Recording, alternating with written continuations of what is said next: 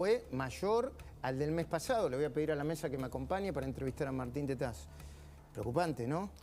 Claro, porque en primer lugar, Mirá, ese 6,3% cuando lo analizás, si todos los meses tuvieras 6,3, te da 108. 108%. Ya hace varios meses que la inflación está arriba de 100 en velocidad anualizada. Pero segundo, porque vos mirás los rubros. El rubro uno de los que más ha aumentado es el modelo de proteccionismo del gobierno, que es el sector de vestimentas y calzados. El sector que el gobierno eligió como su modelo de desarrollo económico y protegió es uno de los sectores que más aumento generó, o sea, es inflación kirchnerista. Y el otro sector, que es en realidad el que más aumentos tuvo en los últimos 12 meses, son las verduras. Las verduras, las papas, las legumbres. Ahí tenemos la inflación por sector, ¿no? En los últimos 12 meses, las verduras, las papas y las legumbres aumentaron 122%. Nadie puede decir, por supuesto, que haya ningún monopolio. Hay cientos de miles de verdulerías distribuidas por todo el país. Perdón, es un la negocio verdura y la fruta de competitivo. Latinoamérica no crecieron así, ¿no? Por supuesto que no. Además se produce de manera descentralizada y miles de quintas en las afueras.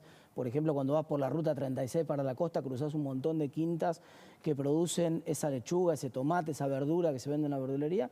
Sin embargo, es uno de los rubros que primero están en el corazón de la canasta básica, segundo son de los que más aumentaron. Entonces, ¿de qué se van a disfrazar ahora? Claro. Que el único responsable es el gobierno. La emisión monetaria del gobierno, la maquinita que generó primero un montón de inflación y ahora una bomba, que es esa bomba del ELIX, que es un plan de ahora 30 de inflación, ¿no? Te ponen inflación abajo de la alfombra y después que le explota al próximo gobierno ese problema. Entonces parte ya le está explotando ahora y parte, si no resolvemos el problema con una solución drástica ni bien lleguemos, le va a tocar a que viene. Martín, nosotros venimos hablando casi siempre y siempre muy cerquita, por suerte, ¿no? Felicitaciones a la producción de los índices de inflación. Vos venías diciendo, che, si la pilotean, ir a la hiper, no te puedo asegurar que la bomba no explote antes.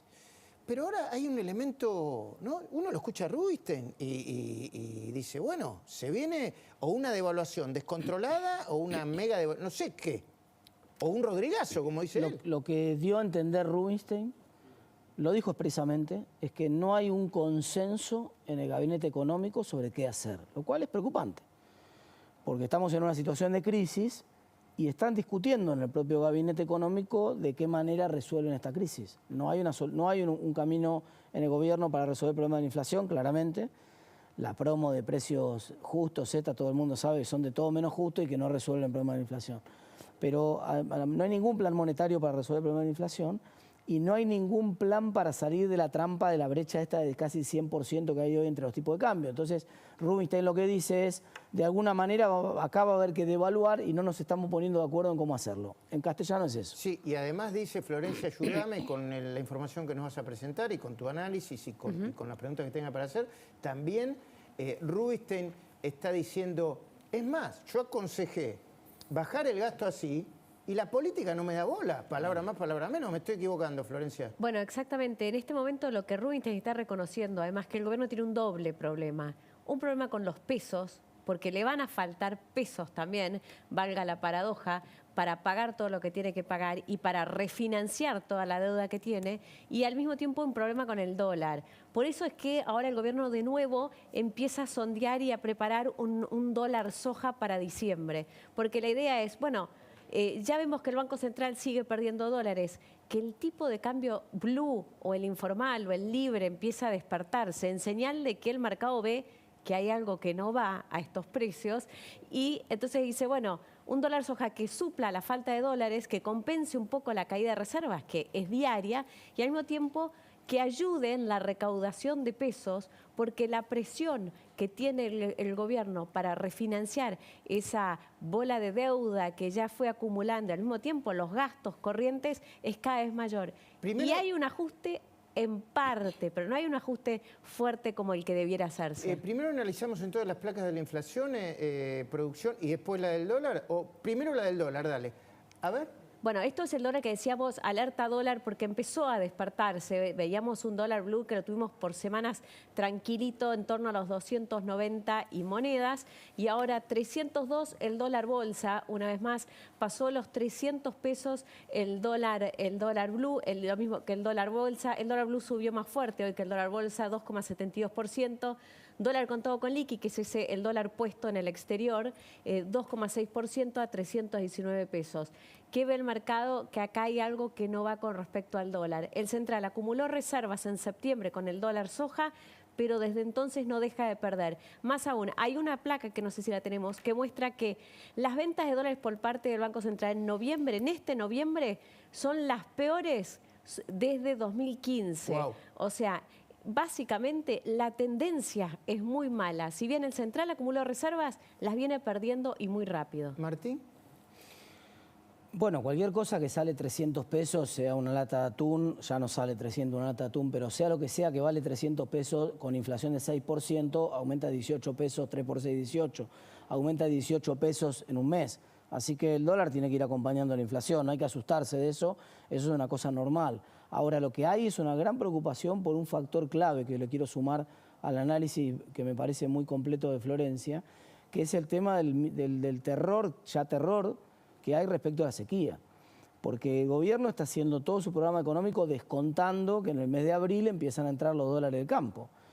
Y al mismo tiempo, cuando mirás los datos de precipitaciones y los datos de estrés hídrico en cada una de las regiones, Córdoba, Santa Fe y el norte de la provincia de Buenos Aires están en rojo, muy complicados. Entonces, eso podría costarle al gobierno entre 5.000 y 10.000 millones de dólares, depende de las estimaciones, dólares que no hay y dólares que el gobierno, ya te diría, está empezando a gastar sin tener. Déjame que te comente esto, lo voy a comentar con mala memoria, pero se lo escuché decir a Di Stefano, hoy nos lo dijo en Radio Rivadavia, Florencia, ayúdame, los años que se correspondieron de máxima sequía se correspondieron con las máximas crisis económicas de la Argentina. Bueno, lógico. 73, 74, 75...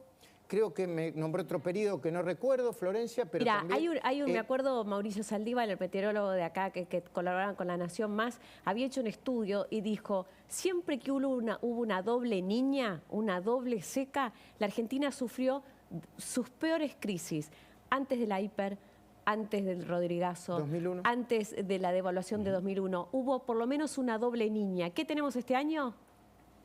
Triple niña.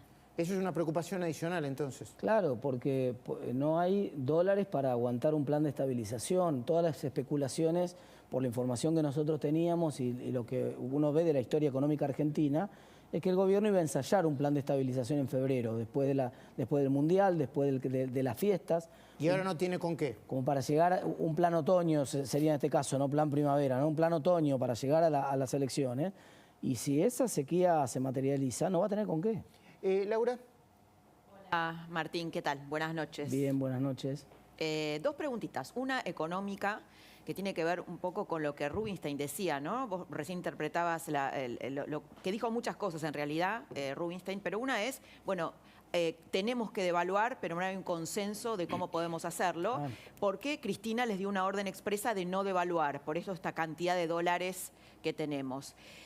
¿No puede devaluar el mercado, como habitualmente analizan los economistas? Esa es la primera pregunta. Esa es la primera. Okay. Y la segunda.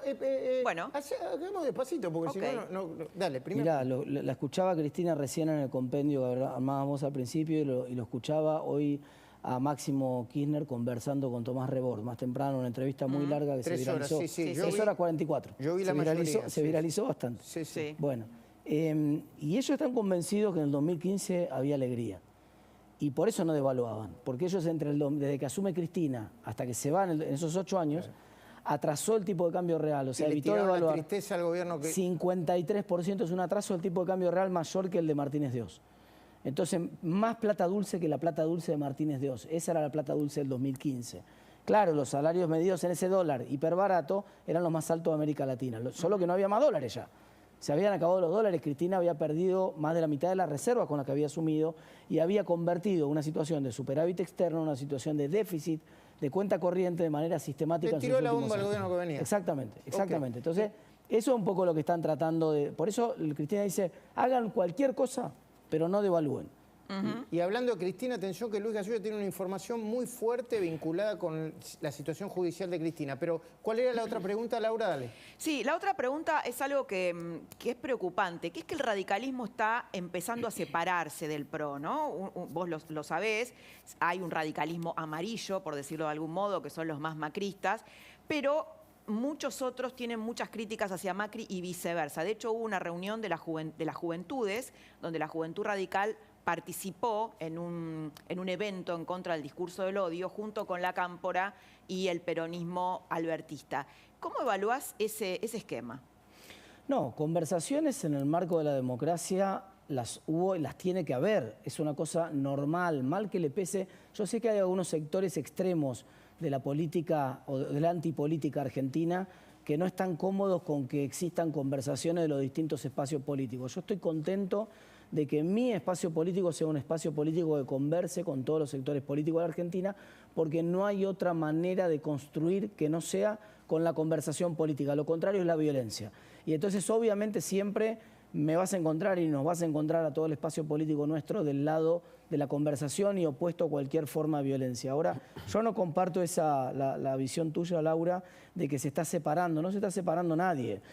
Hay, por supuesto, una identidad. Hay tensiones, está creciendo, ¿no? Hay tensiones, no son ¿Está un creciendo el conglomerado como espacio lo veían. político del radicalismo? Sí. Hay un montón de figuras, las que emergieron en la última elección del 2021 en Juntos por el Cambio, muchas con identificación radical clara, sí, también. Entonces, hoy, cuando miras candidatos a gobernadores en la mayoría de las provincias, las figuras nuevas que pueden realmente disputarle el poder al peronismo, por ejemplo, en Santa Fe, por ejemplo, en Córdoba, muchas de esas obviamente son radicales. Pero eso fortalece a Juntos por el Cambio. Todo lo contrario, yo te diría que yo estoy convencido de que Juntos están más juntos que nunca. Muy bien. Luis Gasulla, respuesta de Cristina. Esto es de los últimos minutos, lo vamos a sumar a Fernando Iglesias, también a Martín, pero es muy, muy importante porque de nuevo va contra la Constitución.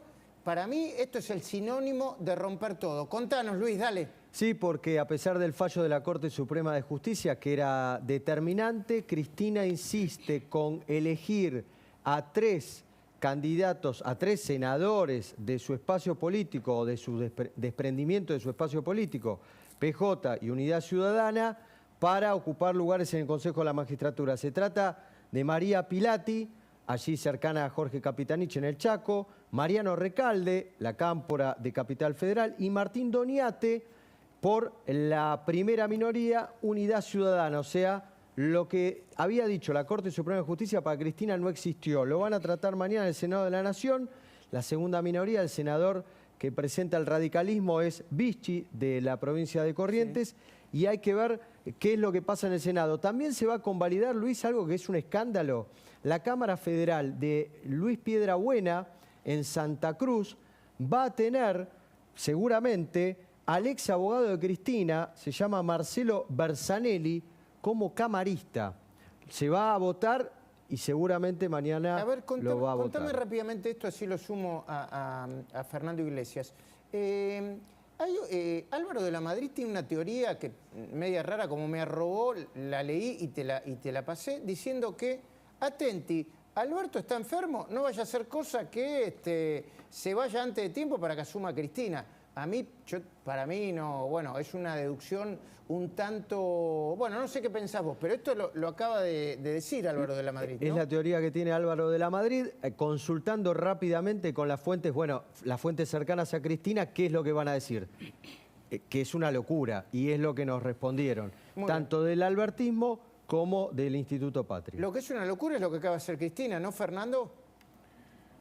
Buenas noches. Sí, lo que acaba de hacer Cristina es anunciar un conflicto de poderes gravísimo.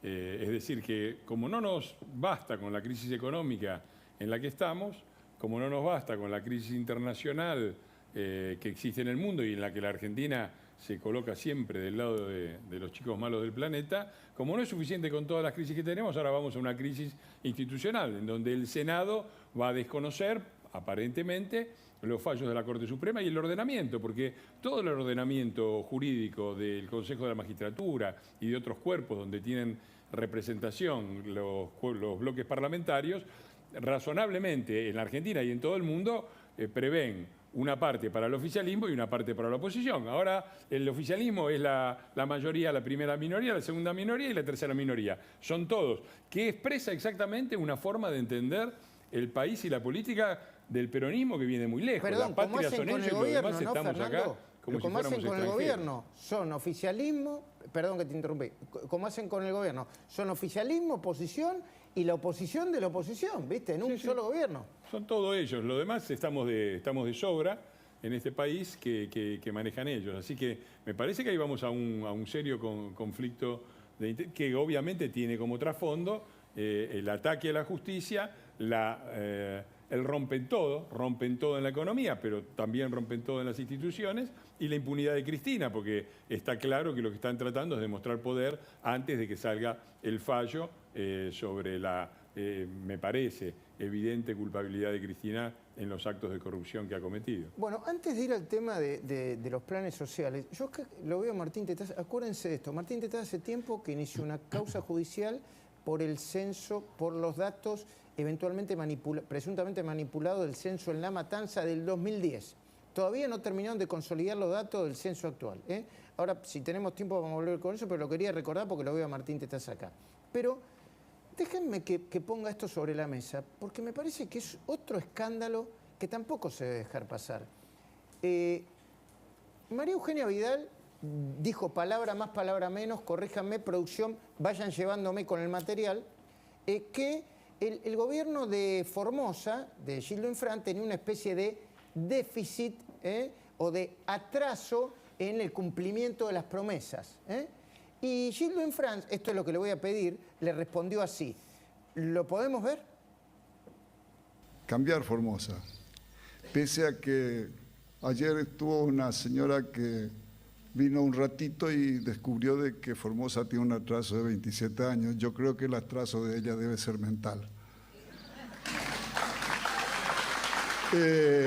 O de quienes le informan, no sé. Y lo aplauden todavía. A ver, Martín, primero, Laura, nosotros hablamos de esto mientras que nos cruzamos. Sí, ¿Qué es lo que primero tenés para decir sobre No, lo primero que tengo para decir es que conectártelo con lo que decía Pérsico al principio, ¿no? Que esta democracia de la alternancia no funciona. Bueno, eso es lo que es lo que ellos buscan, ¿no?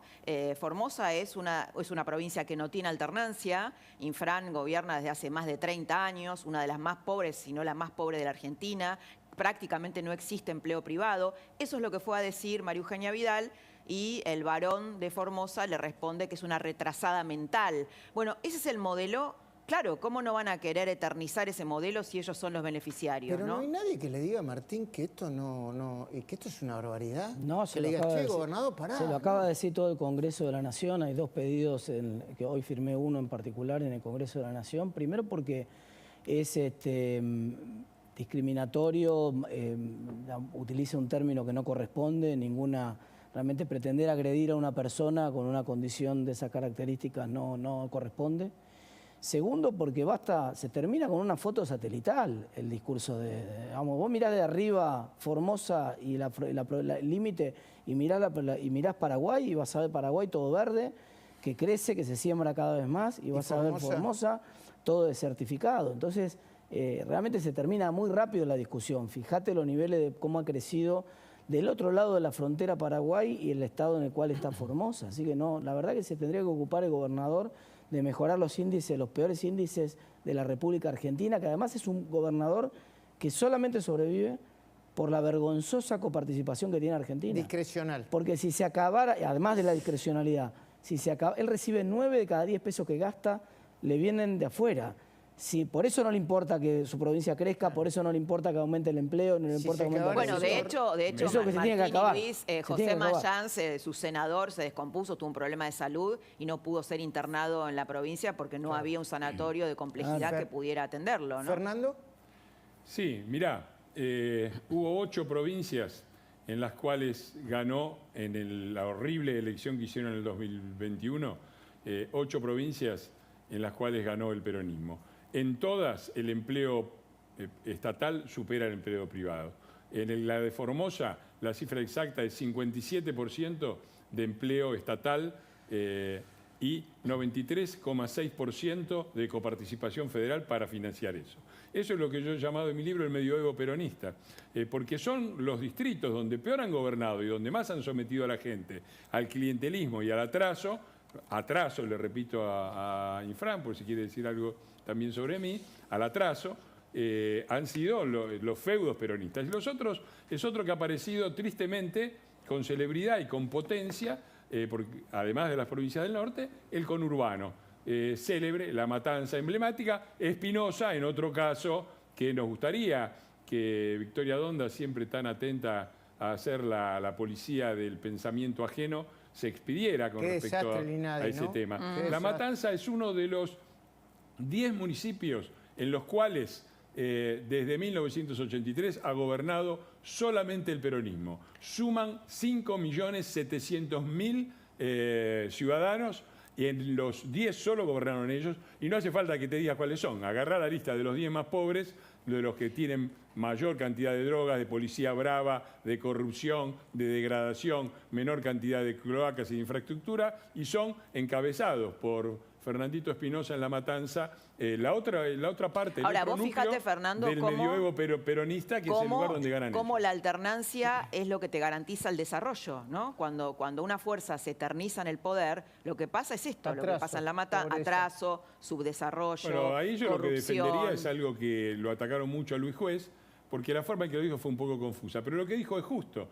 Juez dijo que desde que llegó la democracia creíamos que se comía, pero en casi todos los países, es cierto, con la democracia se come, se cura y se educa en todo el mundo, menos en la Argentina. En la Argentina, Bueno, es que la verdad depende de qué democracia, pobreza, Fernando, también. Claro. Perdón, la pobreza era en 1983 del 6%. 6%. Y hemos ahora empeorado todos, pero no porque la democracia no sirva, sino porque los argentinos hacemos un mal uso y porque desde 1983 hasta ahora hagamos la cuenta de cuál fue el partido que gobernó abundantemente, más que todos los demás, los duplicó y no sé si no lo triplicó, ha sido el peronismo. Y Entonces, tenemos que salir de este modelo, porque si no, nos hundimos todos. Y hablando de falta de alternancia, de eternización y de populismo, lo que venimos hablando con Martín y con Fernando, compartamos esto para que junto con Laura lo hablemos, ¿no?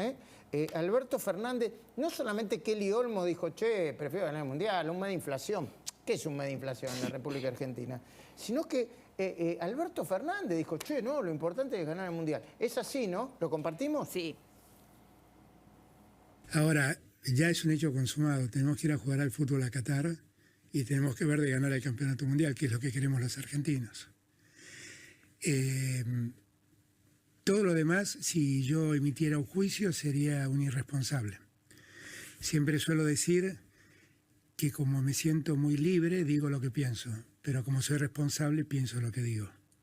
Entonces, es un tema delicado ese. Está claro que hay un gris en este mundial que quedó evidenciado con el FIFA Gate. Pero lo que debemos pensar ahora los argentinos es en ver cómo ganamos con Messi el mundial. Tenemos un gran equipo y un gran técnico. Lo dijo en el contexto de una pregunta vinculada con el FIFA Gate, ¿no? Que es otro escándalo importante, ¿no, Laura? Sí, de todas maneras es lo que el gobierno piensa, ¿no? Kelly Olmos hizo un sincericidio. No es la primera vez que la política apela, no quiero hacer una comparación entre una dictadura y una democracia, pero bueno, la dictadura de 1978 apeló un mundial para tapar lo que ocurría en la Argentina. No conecto una cosa con otra, pero salvando las distancias, es cierto que hay muchos estudios que lo que te dicen es que la gente se pone con mucha adrenalina, realmente se distrae, es como una droga, ¿no? Un mundial. Que para mí, con todo respeto, es un lindo debate, que para mí termina cuando termina el partido. Sí, obvio. Estaban apelando a lo que genera el mundial en la gente para que la gente se olvide del hambre, termina el partido, de la entonces inflación. empieza la recaudación. Che, Claro, tengo que ponerle la vaquita para la picada. Para mí, Luis, el problema es que los romanos hablaban de pan y circo. Sí, Circo solo no va a ser suficiente en esta Argentina. Le falta el pan y la gente lo percibe cada vez más. Vos dabas ejemplos en tu editorial de todo lo que está dejando de consumir la gente. Ya las empresas de consumo masivo están reconociendo desde septiembre un parate en las ventas. Se viene una fuerte empresas de renovación. consumo masivo, estoy hablando de alimentos, bebidas. Entonces, falta el pan, ¿no? Pero Y además, entonces, la mucho responsabilidad circo del no va a ser presidente, suficiente. La responsabilidad del presidente no tiene nada que ver con el Mundial. no tiene absolutamente nada que ver con el Mundial. Él, digamos, se está subiendo las medias y es foto carné, ¿viste? No tiene nada que ver. Quiero decir, se está metiendo en una foto de la cual tampoco fue invitado. La responsabilidad del señor presidente, suya, es controlar la inflación en Argentina, es restablecer la actividad económica en Argentina, es que la gente pueda vivir con dignidad en la Argentina. Usted no tiene absolutamente nada que ver con la selección. La selección son un grupo de muchachos muy valiosos que van a ir a hacer su máximo esfuerzo. Ojalá, por supuesto, salgan campeones, vamos a estar todos alentando. Pero usted es el presidente de la República, no tiene nada que ver con la selección. Son paralelas, no es una o la otra. La selección puede andar bien, mal, mejor, peor, no tiene nada que ver con la economía. Usted es el responsable de la economía, no de la selección. Y además de responsable de la economía, es el responsable... Perdón, sí, ahí hay un rasgo que me gusta destacar, que es el rasgo totalitario. Porque todos los... es cierto, se han organizado mundiales y olimpiadas en todos lados, y los gobiernos un poco pero la apropiación de los triunfos deportivos, 1934 y 38, Mussolini, Mundial de Italia, las Olimpiadas de Múnich célebres con Hitler, el Mundial de Videla. Bueno, ese es otro rasgo, de identificarse con la bandera nacional, con la camiseta, estos somos nosotros, y es el mismo rasgo que acabamos de denunciar. La patria son ellos, solamente ellos. Si hay un triunfo, la culpa... si hay un triunfo, el mérito es del gobierno. Y si perdemos, y si por ahí la culpa la pueden tener ustedes. Como dijo Cherkis Vialo, que dijo que el problema es que Macri, que está en la FIFA, es el que quiere que pierda la selección. Lo que sí tiene que hacer el presidente, perdón, además de eso, es controlar la distribución de planes sociales. No Luis Gasulla, ¿qué novedades hay sobre eso?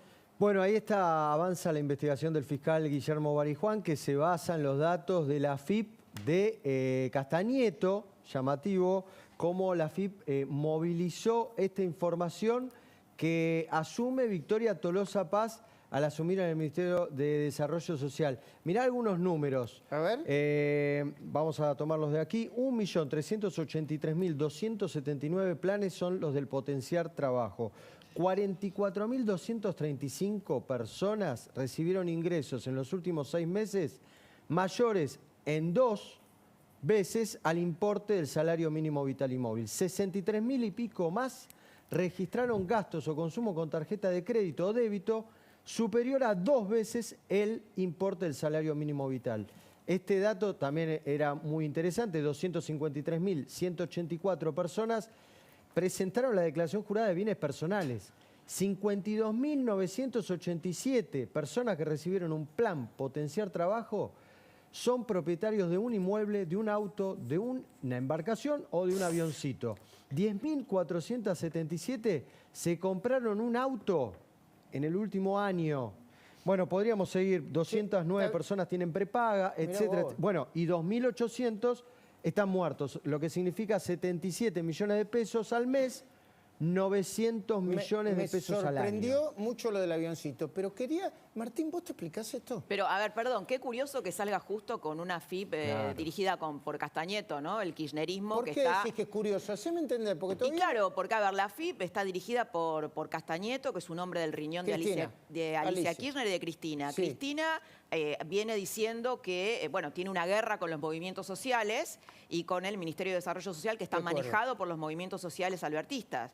Entonces, bueno, asume Tolosa Paz, que es albertista, y justo se filtra documento de la FIP, había mandado a pedir Zabaleta. Pero ¿cómo lo explicás eso, Martín?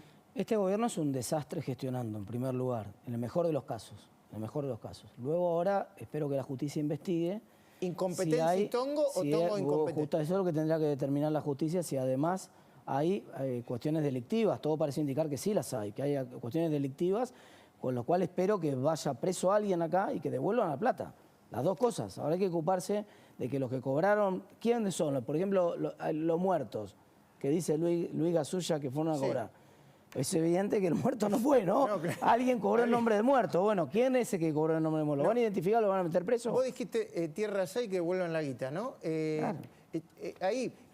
Tristán Bauer, tenés que hacer Tierra Arrasada 2. No te hagas el distraído. ¿Me pusiste en Tierra Arrasada 1? ¿Me pusiste? Poné vacunado VIP. Poné Tierra Arrasada 2. Dale. Tenés lo que hay que tener como intelectual que decís que sos. Perdón, se me saltó la chaveta. Los últimos segundos, Fernando Iglesias. No, un dato es la cantidad de gente que compró dólares. Y yo no les echo mucho la culpa, porque si vos podés acceder a $200, ¿sí? Y los cambiás, los recibís a cambio oficial, los pagás 30 lucas, los vendés en el paralelo 60 lucas. Diferencia 30 lucas es casi una jubilación. Así que este es el gobierno, acaba de decir el presidente en la declaración que tomaste, que venía a acabar con la especulación. La especulación llegó hasta el último decil de peores ingresos para poder sobrevivir. Y el otro lado es las LELIC. Las LELIC que decían que iban a abolirlas para pagarle a los jubilados, el resultado, y le iban a subir 20% a los jubilados, bueno, las LELIC se multiplicaron por 7 y hoy el país gasta casi lo mismo en pagar las jubilaciones que en pagar los intereses de la LELIC. Esa es la patria productiva del peronismo. Enseguida me voy a ir al pase con José del Río, que arranca su programa en segundos. Pocos segundos, por favor, Fernando, porque si no me paso y no quiero ser mal compañero. ¿Qué está pasando? A ver, Rusia tiró,